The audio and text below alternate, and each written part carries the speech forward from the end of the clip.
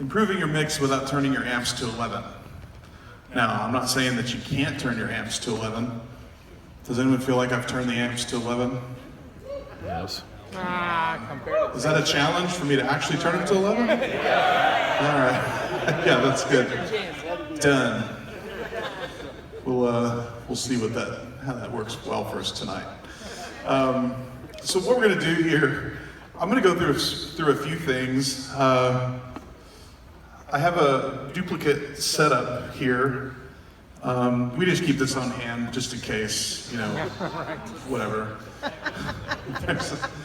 A backup. I talked about backup plans yesterday, so we have a duplicate front of house setup. Yeah, well, it's a prize, so we'll give it to out of the way as a prize.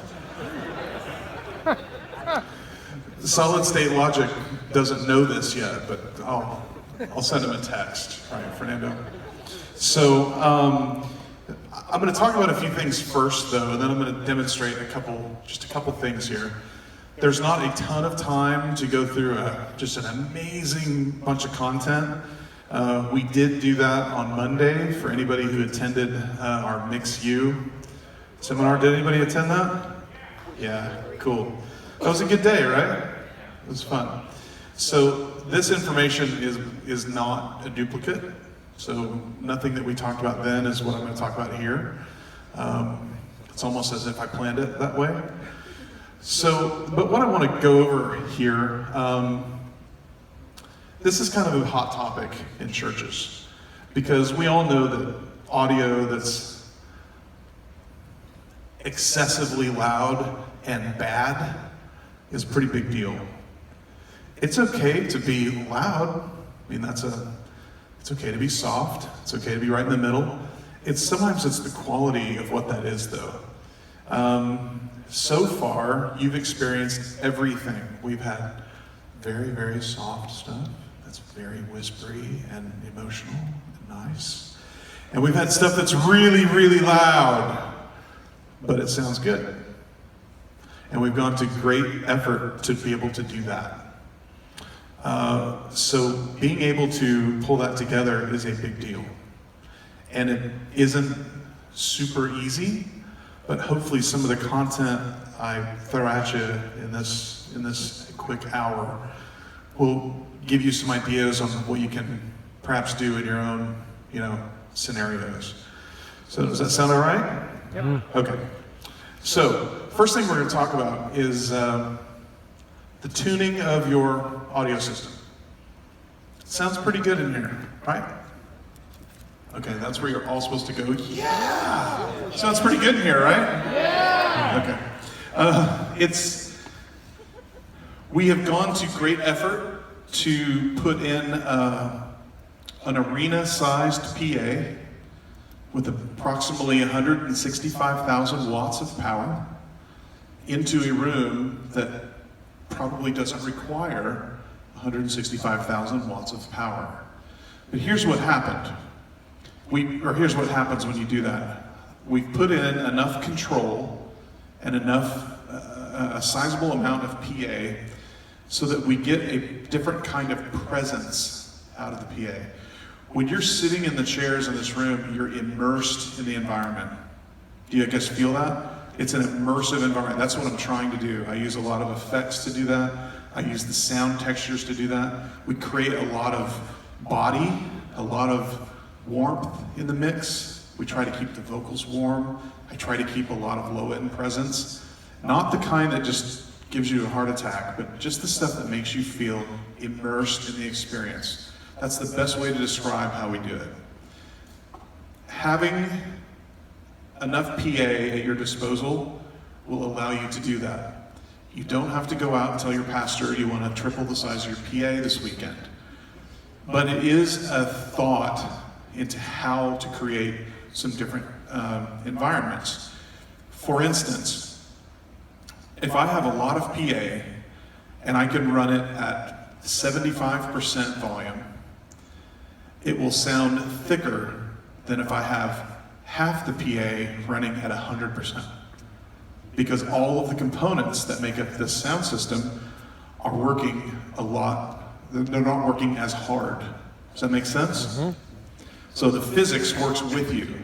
So you have something like this that has a ton of power, and you're not running everything in red. It's happy. That's an optimum experience. It's good on the equipment, and it allows me to create some different textures in the room. What that does is it lets me get a lot more warmth out of the PA without hurting you with high end and mid-range. Does that make sense? So being able to control the PA and being able to pay attention to it is a big deal. So one of the things I use all kinds of music to tune a PA. I use things, there's also pink noise, which sounds like when the old cable channels at night, when they'd go to snow and it was just the, right? There is a type of audible sound called pink noise. And there are pink noise generators, things like that. That is a tool that I use to help tune a PA. But that's not nearly as much fun as cool music, right? So I encourage you, and I encourage a lot of people, get used to how your sound system sounds using the right kind of material. I was in a room not too long ago, and the sound company was getting the PA put up, large, sizable PA, and I was getting ready to, mix and do all my stuff. And they were tuning the PA a little bit before I walked up to finalize it. And they were using light jazz. Yeah, right? Nothing against light jazz. If I want to eat cheese and hang out on the patio, that would be very nice. But if I'm going to prepare a rock show, I would rather listen to something good. So there is a resource, and this doesn't generate any income for us, but we did put a resource on our MixU site, and I put the URL. I think you have a handout that's on there too. We just put a list of stuff together. I think there's 30 tracks on that list. I urge you to just log in and check it out. It gives you a starting point of a cross-section of music that you can start listening to, perhaps to start understanding what you're hearing. We've put some information on there too, for what we're listening to when I play that song. Am I focusing on the low end? Is this a song I'm using to focus on the high end? There's certain songs that if you play and you can't see straight because the mid-range is killing you, that would probably indicate that you have some stuff to work out. All that to say, if your PA isn't dialed in correctly, you're going to have a much harder time getting a decent mix without it getting super, super loud all the time. Does that make sense? A lot of people say, hey, can you come fix everything here? And I'll walk in the room and listen to one piece of a song and go, yeah, let's go to your closet in the back and figure out why your PA sounds like crap. It has nothing to do with the consoles most times. It's because the PA hasn't been optimized and doesn't sound good. I can't stress that enough. It's a big, big deal on just how this works. So that leads us right into, if that sound system doesn't sound correct, how are you going to judge if a guitar tone is right? If a vocal sounds right? If a drum kit sounds right? I mean, a drum kit we look at as one instrument, but it's made up of a billion instruments. That's right. Mics all over the place. That's a lot of stuff, a lot of judgment calls. If you're listening to it, there's something that's not interpreting it correctly, you're kind of in bad shape, right? So I'm going to demonstrate this real quick. So you may not want to try this at home, but we're going to turn off the corrective EQ and all the cool stuff we've done to these speakers, and hopefully nothing catches on fire, because I'm really close to them. So it'd be the first time you see me actually run, right? We're going to turn off the corrective EQ and listen to the piece of the song. And just to demonstrate how much work we put into tuning and calibrating the speakers that you're listening to. Does that sound all right? Okay, so here is nothing, guys. So I am going to, so Jesse, go ahead and kick the EQ off. Wave your hand, okay? Now, go ahead and play that song.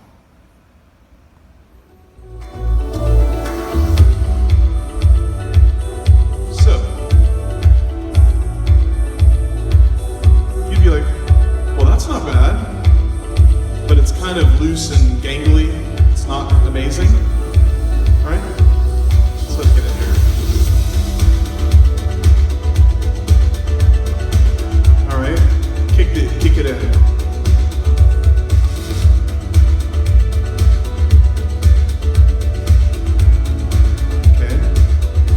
Feel how it just smoothed out a little bit? It just got smoother and nicer. Even my voice sounds just a little smoother and all that. Okay.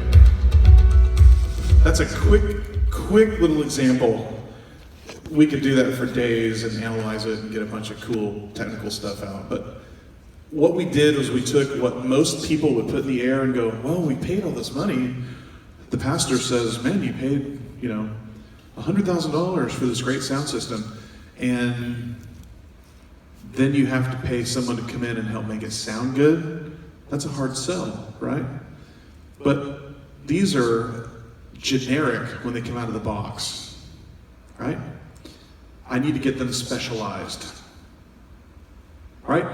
I need to get them specialized. So I need to put some corrective EQ on it to smooth it out. So what I've done is worked on this PA, and we've worked on this and got it cool, where to me, every source that we use, this microphone, those drums, the 10 billion guitars they use, the bass, everything sounds realistic to me. I use that soundcheck playlist to represent all kinds of different sources that I don't necessarily have at my beck and call. I mean, I would love if Tears for Fears was on the stage playing some songs, but, they're just busy. They said they would come, but they were just busy. Right. But I can listen to stuff that was created that will give me, a realistic sense of what's going on. I urge you, if you're going to do that, use stuff you're familiar with. I had a guy that was a systems engineer for me. And I would say this to him right here, if he was in front of me. Because I believe in public shaming, and I would totally just make fun of him for this, but every single day, he would get all the PA up in the air, and he would tune the system, or he would get it optimized using one song from an Eagles live CD. Are you kidding me? And it was a slow song, and it had like a kick drum, and a bunch of acoustic guitars and all that. And I think he went to another place every time it was on. He just got this gleam in his eye, and kind of teary. And I'm like, you're totally not doing any work. This song is terrible. Quit listening to it. Then the next day, I'd be in some other part of the arena, and I'd just be like, oh, he's freaking listening to the Eagles again. Every single day. Don't do that. Put in something, find something that's close to what you're going to do. Something that's similar to what you're going to have on your own stage. Unless it's banjos, and then you're just screwed. It's not gonna work, okay? But I urge you, that's a really big deal. That's something that a lot of people overlook. They think everything about the mix happens right here. A lot of it does. But if what you're listening to is not good right from the source, right from the start, you're in trouble. You will have trouble, okay? So, let's figure out how to control our sources. This is a big deal. Being able to exert the proper amount of control over the sources that you have. This is probably the one time in any kind of ministry situation where you could say maybe it's okay to be a control freak. Don't say that to Carrie Newhoff. Don't do it. But this one area, I need to be in control of the sources that we have available to us, right? How many would agree it's not a great way to be in control when everybody starts showing up on stage with their guitar amps and the drummer comes in with his own snare drum that he used with his death metal band last night, and he brings in his cymbals that, have double stars on the top of them because these are going to be so awesome. That's not a way to control. You've got to be able to get on the same page with people to make sure that what hits your stage and what's going to hit your console and what's going to come out of your speakers can be controlled to some degree before we are asked to interpret it with a mix. Does that make sense? So we've got a camera guy in the back, and we're going to show you how we do this with our guitar rigs. So let's go ahead and pull that shot up if we have it. Okay. So he's looking at just a row of boxes, it looks like. All of our guitar amps and the Leslie for our B3 organ are housed in all of these cabinets. So Christian or Chico, if you'll go over there and move, they're just gonna roll this out so you can see what's behind. Okay, so if we get in closer there. So that's a simple guitar cabinet. So that's guitar one. Guitar one sounds really good, I think. So that amp and mic, that's what you're hearing for guitar one. We've essentially put it in an isolation setup as far away as we can get backstage, and we've put a box around it. This box, it's kind of dark inside, but you can see it's got quilts, a quilted lining, not like toilet paper. That's a different kind of quilting. The quilts you go buy at Home Depot, moving blankets. Moving blankets, right? We've hung them up with a very, very high-tech device called a staple gun. The wood is specially imported from Lowe's. I have had people, no kidding, really get vehement with me about can I supply them with the blueprints for this so they can build that. If you're in this room and I was mean to you, I'm not going to apologize. We basically put them together with the least amount of saw cuts that we could do to build them as quickly as possible. That's how simple it is. So you see this thing, we put some handles on the side, we put some wheels on the floor. It's very, very, very simple to put together. We made them where they can roll because the guitar players need to get to these amplifiers. They need to be able to change them, adjust them, all that. We did build these where they're big. I think that putting a massive, loud guitar cabinet inside a really tiny, small box is probably not a great idea. So we made the boxes as big as we could get to make it work. And the guy in the picture there is the one who built them. He's kind of a wizard. So that's how we did it. If we pan over to the right, guys, there's also some electrical on the wall that we have installed. Just a note, because I thought of it. We created isolated circuits for each rig. So there's no, it keeps the grounding separate so that I don't think we've ever got buzzes between systems. There's 3 bays for guitar rigs, so we can have 3 electric guitar rigs, and then there's 1 bay at the very end that we put the organ cabinet in. So that's a pretty cool way. I just wanted to demonstrate that quickly so you guys knew what we were talking about for how we do the guitar stuff. So I've seen it done a million different ways too. I was at a venue not too long ago, and they had space under their stage, like where you would put subs or something, and they had it way over to the side, and they had had a removable panel and the guitar amps fit in there. And then this panel went back inside. Probably not the most convenient place during a service if you had a problem to get to it, because you'd be doing it in front of everybody, but they used what they had. I've been to other places where it's literally a closet backstage, and they put the guitar amp in it, use the high-tech device called a staple gun to put some carpet on the walls, and shut the door, and run the mic cable into the door. Boom, you're the smartest person in the universe because you just isolated your guitar rig. Now, the only sound out of that guitar rig is through your perfectly tuned PA, right? Nice. You're not contending with the guys turning it up to the level of Satan on stage, which is not gonna help you in your mix, right? Okay, so next we're still talking about controlling our sources. So we're gonna go to the drum kit over here. And drums are pretty cool. I'm gonna start talking to this camera. So we get over here, some of what we're trying to figure out with the drum miking is how much control can I have over these 12 instruments. I mean, I've got things made of metal, got things made of wood, there's plastic, there's all kinds of stuff in here, and I'm trying to make it sound like one piece. So the best way for me to do that is to get as many different bits of control together into one cohesive element. So if you look under here, we don't do this very often, but so that I'm miking every single cymbal.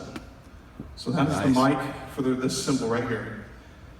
I've got it so close to the bottom of the cymbal that it doesn't, the microphone has no choice but to only hear the cymbal. You'll hear a few other things bleeding into it, but you've seen the guy playing. He's playing this hard enough that you don't have to worry about this mic being a problem. If you move over, there's another one right here for this cymbal. Now, you might say, my gosh, there's like 13 or 14 inputs here. Yep. Yes, there is. And it's amazing. So, these help me a ton. Over on the toms, I've got the tom mics very, very close. I usually can get a finger between the mic and the drum head. That's because I don't want a lot of the other sounds getting into it. Like from this cymbal right here, the closer I have this tom mic to it, to the tom, the more the volume of this drum is going to outweigh whatever volume this might be. Does that make sense? So getting this stuff tight and close is really important. Here's a cool part over here. So if you can kind of see this apparatus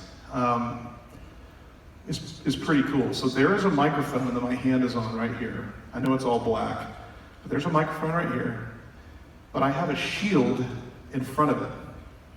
See me moving that? That shield is blocking what's hitting the end of that microphone from all the other sound sources around this drum kit, right? So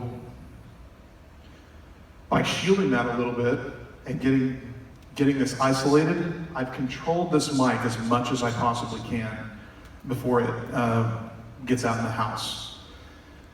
So this kind of stuff, thanks Swan, it's good. We're over here. So being able to exert that kind of control over instruments, and I know that's real quick. We don't have a ton of time to go through a lot of this, but I'm trying to give you enough to give you the idea. Controlling that stuff isn't bad. It doesn't mean that you're not spiritual. This kind of control is okay. If we could look inside the kick drum, you would see that we have things totally dialed in inside there as well. It's not a haphazard, hey, here's a stand and a mic and let's just jam it in there. No. It's very particular. It's exactly right. If you're a mechanic and you're working on a car, I saw this on Instagram the other day, and there was a girl that pulled up in like a Lamborghini, and then she got out and went to the engine compartment and opened it up and just took a jug of oil and just started pouring it in, all over the engine. And the caption was like, you know, when you have so much money to buy a nice car, but you don't know how to take care of it. That would really bother you if you took your car to the shop at the oil change, right? You want the person to be specific. It goes there. Hey, and can you actually tighten the oil filter, please? Like some of us have been to Jiffy Lube and you leave and you have an oil leak already. You want that to be very specific. You go to a restaurant to get your favorite meal, I want it to be very specific. Don't put too much salt. Don't add chipotle sauce to my eggs. Just eggs, please. Specific's okay. Control's okay. It's no different than when we're on stage trying to control this information, and what we're trying to provide, you know, we're trying to provide a qualitative mix to churches. It's a big deal. It needs to be right. It's supposed to be right. In fact, it's supposed to be better. We're supposed to be the best at it. That right there gives me all the permission that I need to dial in stuff and put as much control as I can. If it means I'm going to put 13 mics on the drum kit, I may put 14. You can always do one better, right? So enough on the control. So that's kind of where we're going with that. So the next point here, we're going to talk about vocals. So I'm going to step up here to the desk.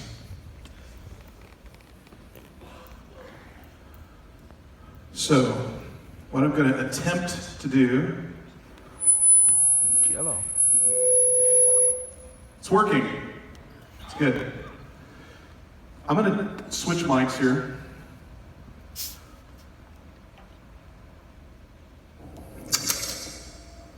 Hey, it's really hot. It's really hot. There we go. I'm going to turn that down a little bit. All right, Jesse, you got that okay? So, now I'm in the console, right? So this mic is going through the console a little bit. Can you all hear me okay with it? Okay. So, controlling this source, it's kind of a big deal. I told you to listen to some music, listen to this PA, get your guitar amp sorted out, all your sources, all that kind of stuff. That obviously takes longer than what we have time here to do, but hopefully you're getting the idea. The vocals are very, very important. Would you all agree? Mm-hmm. Very, I can see you guys now, that's great. Hey, very important. No matter what happens in this room, however loud, however much presence we put in the PA, you can never accuse us of not having enough vocal. I pay very, very close attention that we keep the vocal floating above everything that we do.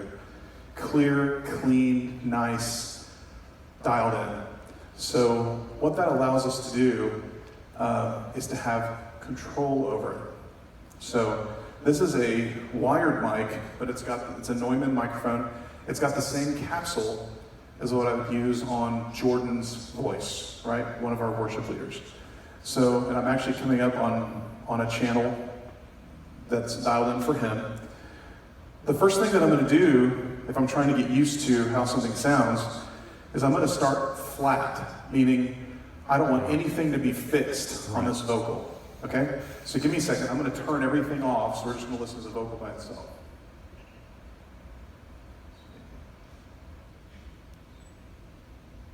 And again, hopefully this doesn't blow up. Okay, now, would you say that's quite a considerable difference? Yeah. Is this real clear and real awesome, and this is what you want to listen to tonight? No. Are you challenging me? Do you want to listen to this tonight? No. It's really muddy, right? It's not awesome. That's what I start with. I've listened to music in the PA. I'm now listening to my heavy breathing in the mic. It's terrible.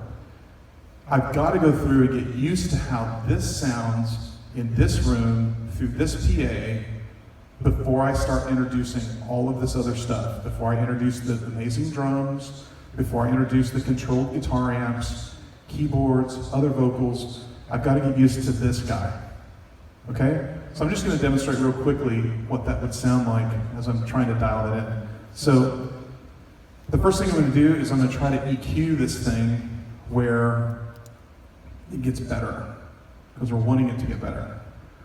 So first thing I'm going to do is I'm going to add what's called a high pass filter. That's going to get rid of all this weird low end that you're hearing right now. So I'm just going to slowly, and I think you can see this on the screen here. See that? Mm-hmm. Okay, so I'm basically cutting all the low end off, and I'm slowly sliding that up.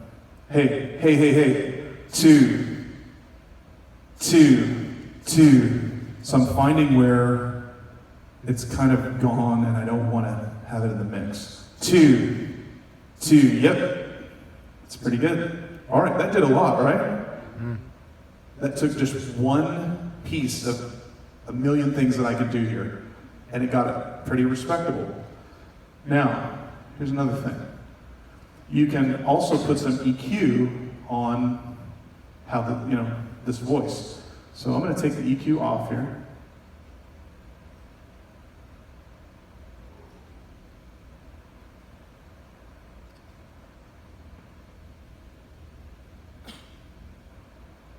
Okay, yeah, EQ was off, but I was trying to clear it. Okay, so now, this still isn't clear. This doesn't sound like Jordan. And I work with Jordan. I talk to him, I know how he sounds, I mix him all the time. Sometimes I accuse him, or I tell him, like, when I'm mixing you, it's as if I'm in your mouth. And he sort of just looks at me like, I feel funny inside. That's not really something I want to, maybe it's too visual, I don't know. He should get over it. But there's still this mid-range, or this low-mid thing. So if he starts singing like he does, that's not what we want to hear tonight, is it? No. So I'm going to try to find that. So I'm going to accentuate it, and I'm just going to try to drop it out a little bit. Hey, hey, hey. Hey, 2. Hey, hey, hey. Hey, 2. Now that's a lot cleaner. That's not too bad. Hey, now you've heard Jordan now for a couple nights. If he goes way up high, his mid-range can get a little cutting, right? So let's see what we can do here. So I may boost something. Hey, hey, that's, hey, hey, hey, hey, like all that stuff. You don't want to hear a lot of that, do you? Hey, hey, hey, that's bad. We only want good. So I may gently take some of that out. Hey, hey, 2. Hey, 2. I want to get rid of more of the low end too. Hey, hey. It's not bad. When I start adding this with all this other stuff that's going to be loud, I want some clarity. I want some clarity on it. So perhaps I'll just add a little bit of high end. Way too much. Nice. That's all right. Hey, 2. That's pretty good. What happens when he yells? So if he's talking, hey, welcome to Seeds, hey. Or if he goes, let's rock! That's really loud. It's going to get loud. Everybody starts talking like that. I want to compress it. I want to bring it down. But I only want to bring it down when he hits it really hard. So I have a compressor here. So that's all it is. When you think compression, it's just doing this. It's just squeezing the source. So I said that where it's not doing anything when he's talking. But if he gets real loud, you see that meter? Hey, hey, hey. I'm getting really loud, but it's not real loud to you because it's doing its job. So now all of a sudden I've got this vocal that's sounding better. It's starting to it's compressed a little bit. That's nice. Well, now I'm going to add in some other cool little factors. So I've got a whole waves set up now that we're using on everything. So if you're familiar with Waves or Pro Tools or whatever, this allows you an entire world of plugins that you can add to your channels and all of your inputs. So I've created a whole setup. I'm not going to get into that because that could be like an hour just on its own. But I'm just going to pop in this information and you'll see how his voice gets even more clear. Hey, two. Immediately more clear. Hey, two. Two. Isn't that nice? That's starting to get like, that's how we remember him sounding. Hey, hey, two. And it's controlled. This is exactly the setup that we'll use with him tonight. Right? Two. Oh, that was wrong. There it is. Hey, two. I didn't have it in. Two. Two. Hey. That's nice. Without it? Hey, two. Two. Still okay. Two. Yeah? I would rather have it sound like this. Hey. Hey, yeah, two. That's pretty nice. This thing that I have right here, which has the pretty lights on it, this is called a de-esser. What do you think that means? Takes the S out. Right. You see when I do that, how it lights up? So if you're a snake, it's not good. Jordan has the tendency to have a little bit of an S problem when he really gets on the mic. No big deal, because we fix it. And I can just adjust this stuff. I can take it out. Now I can start fixing it. Wow. Right? So I can totally get rid of it. I can make it really dark, where you hear nothing of the high end. Or I can make it, hey, that's pretty nice. That sounds pretty normal. Now here's the deal. Why would I show you all that? It's because I'm demonstrating how you would control the source, even from a human. How would you go about controlling someone's voice? Like, beat them? Make them obey? Or in this situation, I have a whole lot of tricks and a lot of things we can do here to control the source. Being able to control this out front from an audio console is just another way you can keep from turning it up to 11. If I don't fix all of these inputs and go to the care to fix the PA, fix the inputs, so look after the guitars, focus on the drums, make sure the bass sounds cool. I just keep stacking this stuff up, louder and louder and louder and louder. And pretty soon, you've got people leaving the church. You've got people writing their information down on offering envelopes and turning them in, saying how, you're rebellious and you're all going to hell because the volume's too loud. And you know what? A lot of times it is. It is too loud because someone's not paying enough attention to figure out how to control it to get it to come down. All right? So I'm going to demonstrate another thing here with drums because that seems to be something that is important to a lot of people, including me. So let me switch mics here.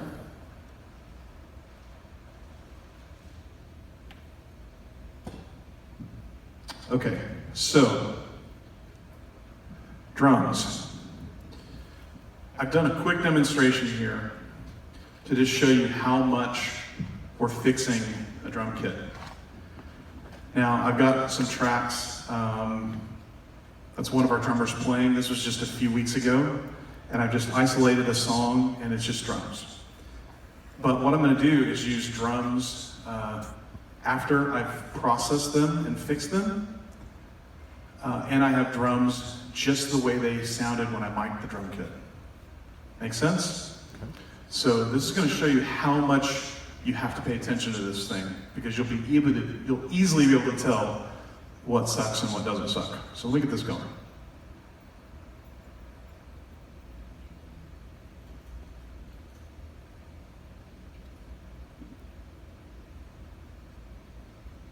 Okay, so we're going to be very cautious with the volume here.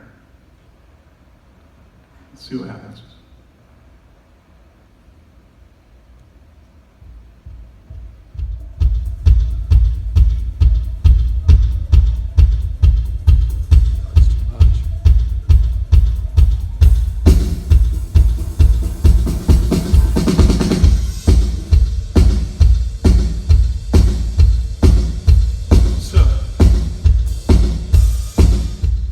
Kit with no correction. That's just, if we put the mics up on the drum kit and walked away and said, hey, cool, let's go to Denny's, we're done. That's what this sounds like. So I'll turn it up some more here.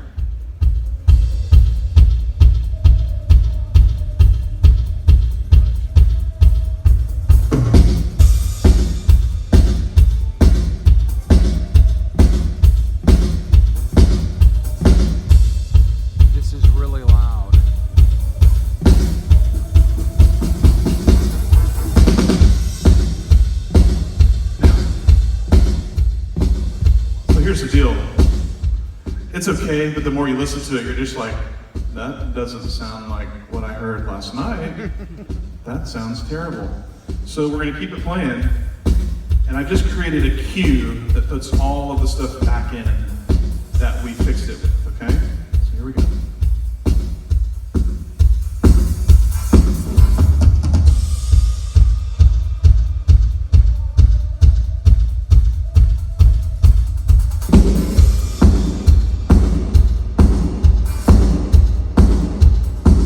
Sound better?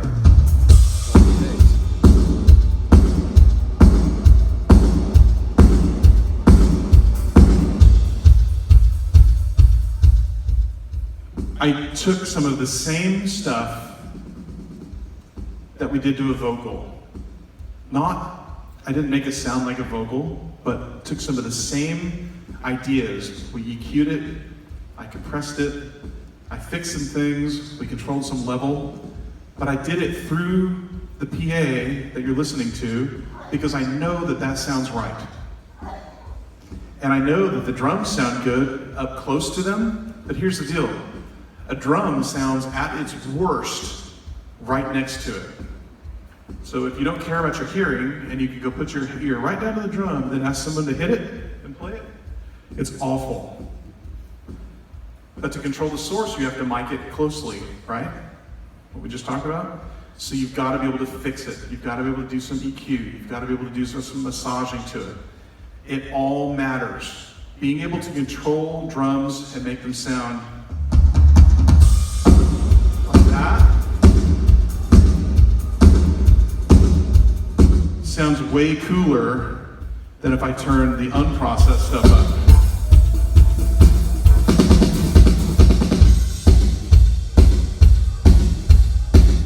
What would you rather listen to tonight? Remember, don't challenge me. Right? I'd rather listen to the good stuff, right? Okay.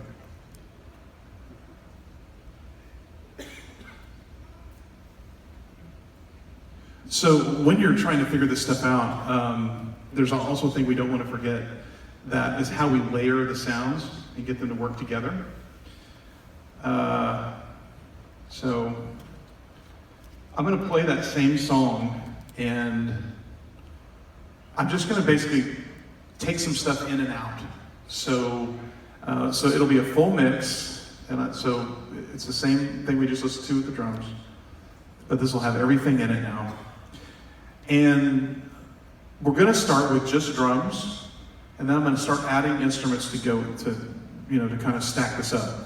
The reason for this is to show that to get this stuff sounding good, you've got to layer it in there. You can't just take all of this stuff and just shoot it with a fire hose into the room. I've got to start with a bass, which I usually start with the drums as my foundation. And I add some low end with the bass into it. Then I add some guitars. Then I add some keyboards. And then I add in the acoustic crutches that we use, because we can't do Christian songs without crutches and without acoustics. But hopefully through all of that, I've made some space for some vocals. It's layering. You have to. The best cakes are layered cake. I don't want all the frosting thrown in with the batter.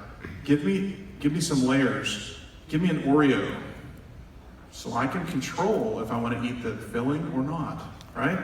That's how we're going to build a mix. An Oreo sounds pretty good right now, too. Okay, so let me mute some stuff here. I'm going to mute that guy. Okay. So this is the drums we just heard, right?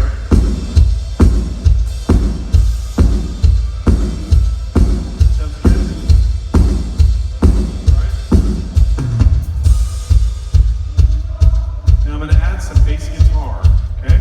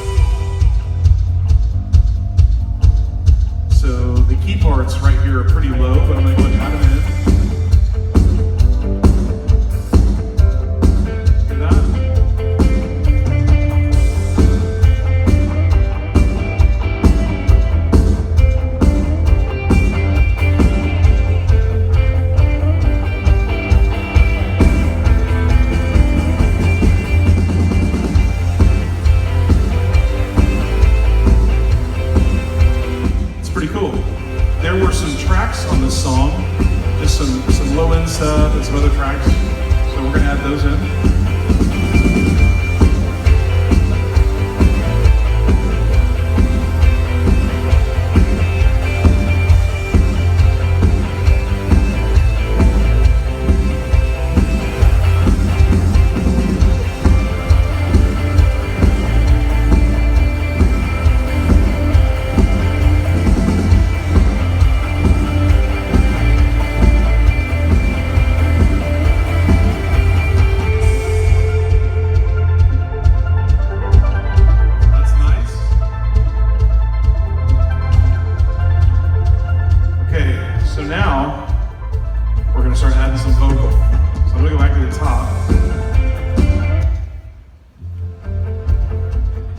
So, I've layered all that stuff in. That's a nice foundation.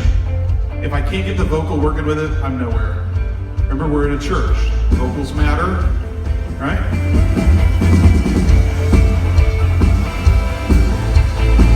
So now the vocals are in, so as soon as we get to the verse, we'll start singing.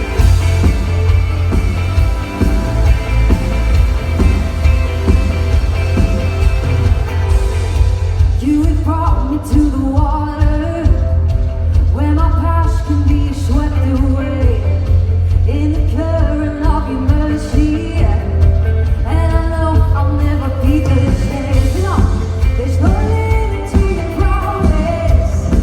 Jesus, you have done it all for me. Jesus, you have done it all for me. Grace comes along our way, crashing over. So that's pretty cool. Can you hear the words? Nicely, right? All right. So we're going to add one more really cool thing. We're going to add some effects on the vocals. Because let me just tell you, if you don't add effects on the vocals, it's because you're really, really weak. Okay, that's a joke. The effects are what we're going to add on to make everything have a sparkle, have some stuff. Remember, we're trying to make this sound good so we don't have to go so loud on everything. So we've tried to keep our drums contained, our guitars contained, our bass, lock it in with the drum kit. Where do the keyboards fit? Are they nice and high end? Can you get them out there? Can the vocals float on top of all of that? Well, what happens when I start putting reverb and delay on that? So I'm gonna just have the vocals here so we can hear what's going on without the band. Hey everybody, welcome to Church on the Move. Good to see you. My name is Jordan. I'm up here with Diana and with Jamie. If you're glad to be in church today, make some noise. Come on, yeah? Come on, let's worship Jesus together. Woo! First thing I want to note is all of that music is bleeding into their microphones. Right. So that's what we're dealing with every day, right?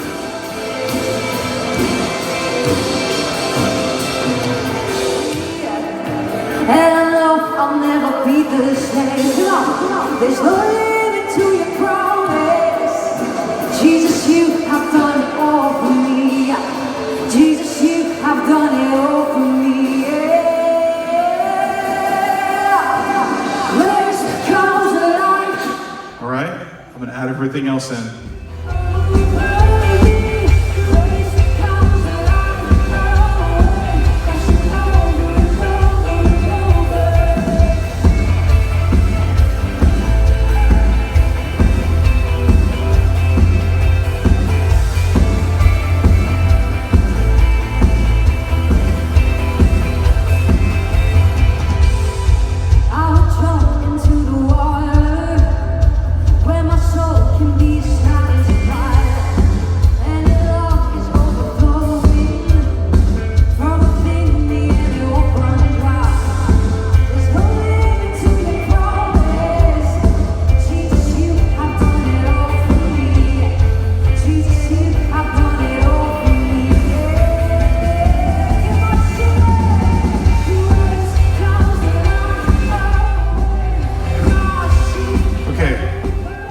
That sounds like a song. That wasn't a pre-recorded, like I mixed it to a CD or anything like that. This is all the individual inputs that we put together right here to make it where you can actually hear the vocals that are happening here, right? You can go through, you can have a banging mix, you can have awesome drums, you can all this stuff, it can all totally work and be cool. But if you can't layer this thing together where your vocals can get out on top of it, like you're nowhere. You're nowhere. It goes back to, how do we do this without turning it to 11? Let's go back through it. Get your PA sounding right. Control your sources. For the love of all that's holy, get good sounding drums. Start with something cool. Make it, you can do this. We've all done it. You heard how terrible a drum kit can sound before you fix it. There's not a bunch of mumbo jumbo in here. We could do this with an X32. It's not going to be nearly as awesome as a solid state Logic, but you could do it, right? It's very, very accessible to everyone, right? Okay, a couple more things and we'll wrap up.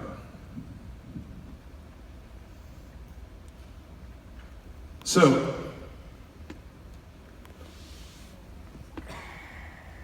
here's something I want to demonstrate real quick. We got a few minutes left. I pulled a clip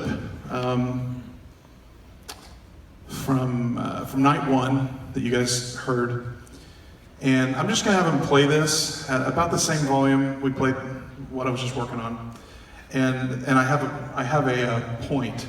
So the point, it's the next point, guys. It's number 7.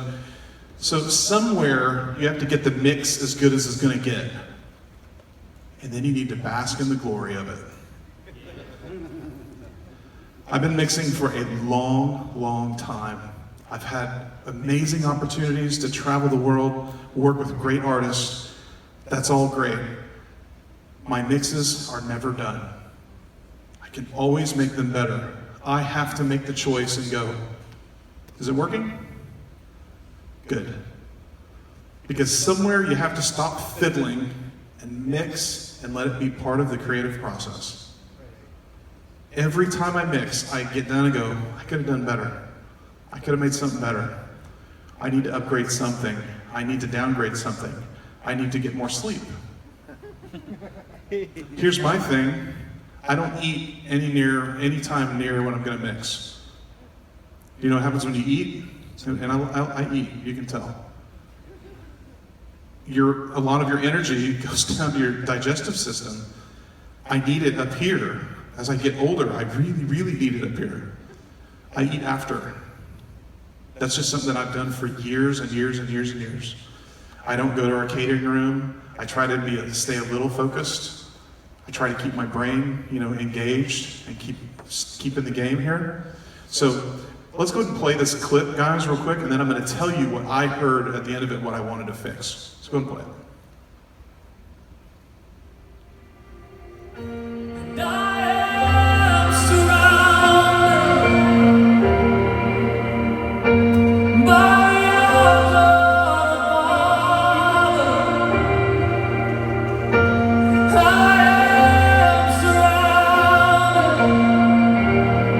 He's also my songs of deliverance.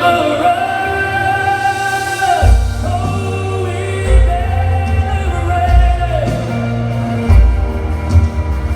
from our bondage. Oh, we'll someday win a daughter. So let us sing of our freedom.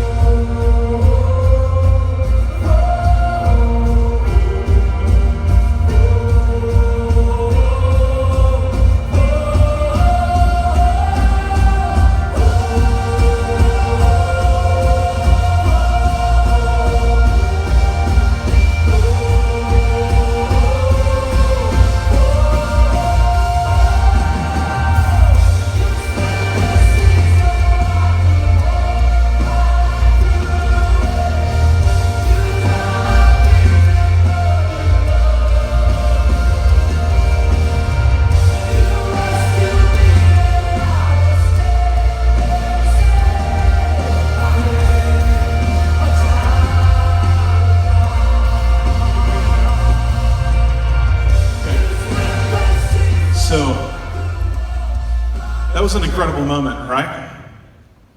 Was it? Yeah. That was incredible. It was, I mean, if I listened to it long enough, I might accept Christ. I'm just saying, it was good. I wasn't happy with the mix. So these mixes, the things we do, they don't get fixed. We don't remix them. That is straight what I'm mixing. If I'm not happy with something, guess what? I'm not happy with it forever.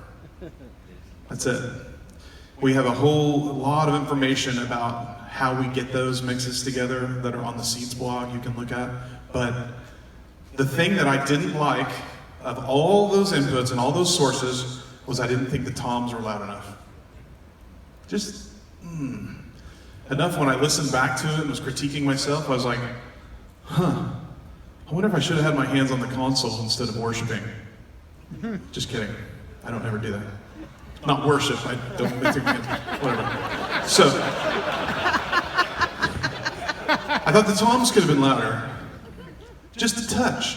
And he's rocking it. He's so good. He's one of the better drummers I've worked with.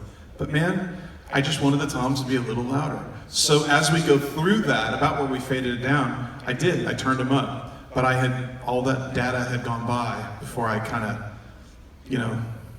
engaged. But I have to be okay with it. When I noticed that those toms were a little low, I couldn't take my hands off what I was doing to get them turned up. I mean, I only have two hands. That's it. That's all I got. I couldn't get over here to do it. As soon as I could get to it, I had to be okay with it. Bask in the glory of what you've put together. Get it as good as you can get it and enjoy it. Quit fiddling around with it. All right? One last point, and then we're going to get out of here. Do not use, here it is. Mix like there's no tomorrow. Sorry, let's go back one. Yeah, mix like there's no tomorrow. I wrote that.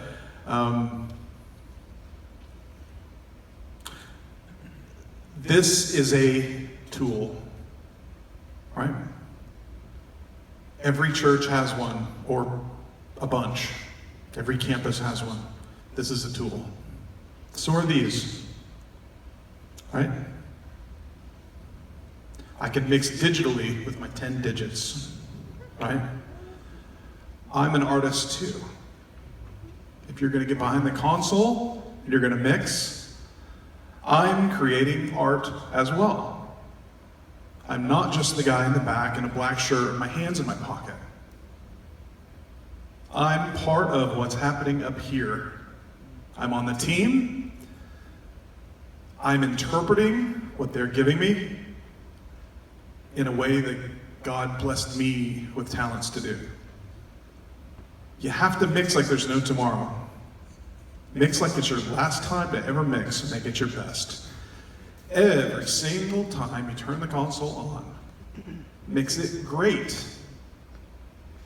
When I go places and it's not done right, you can do better. What are you doing?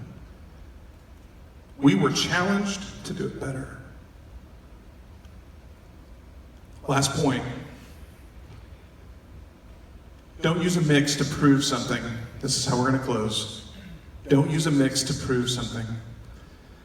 I go into church after church after church, and it's like the person mixing has a chip on their shoulder, and they're going to prove to you how awesome they are by how loud they're going to make it, or how amazing all of their gear is, or how they're going to tell you, they're going to make sure you know that they're the dominant creature in the room and they're going to own it. No, it's not how it works. We've been blessed with some amazing stuff. I think most of us in the room, we have blessings in our lives. This is amazing equipment.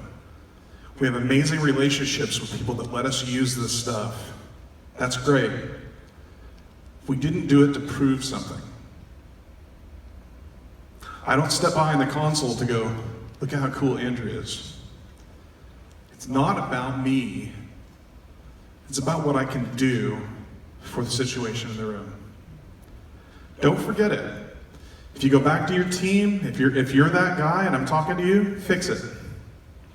Do us all a favor and fix it. I work really, really hard to make it good. Don't ruin it for all of us. If you have people on your team that are like that, challenge it. And find out what the motive is. Why are they doing it like that? Right?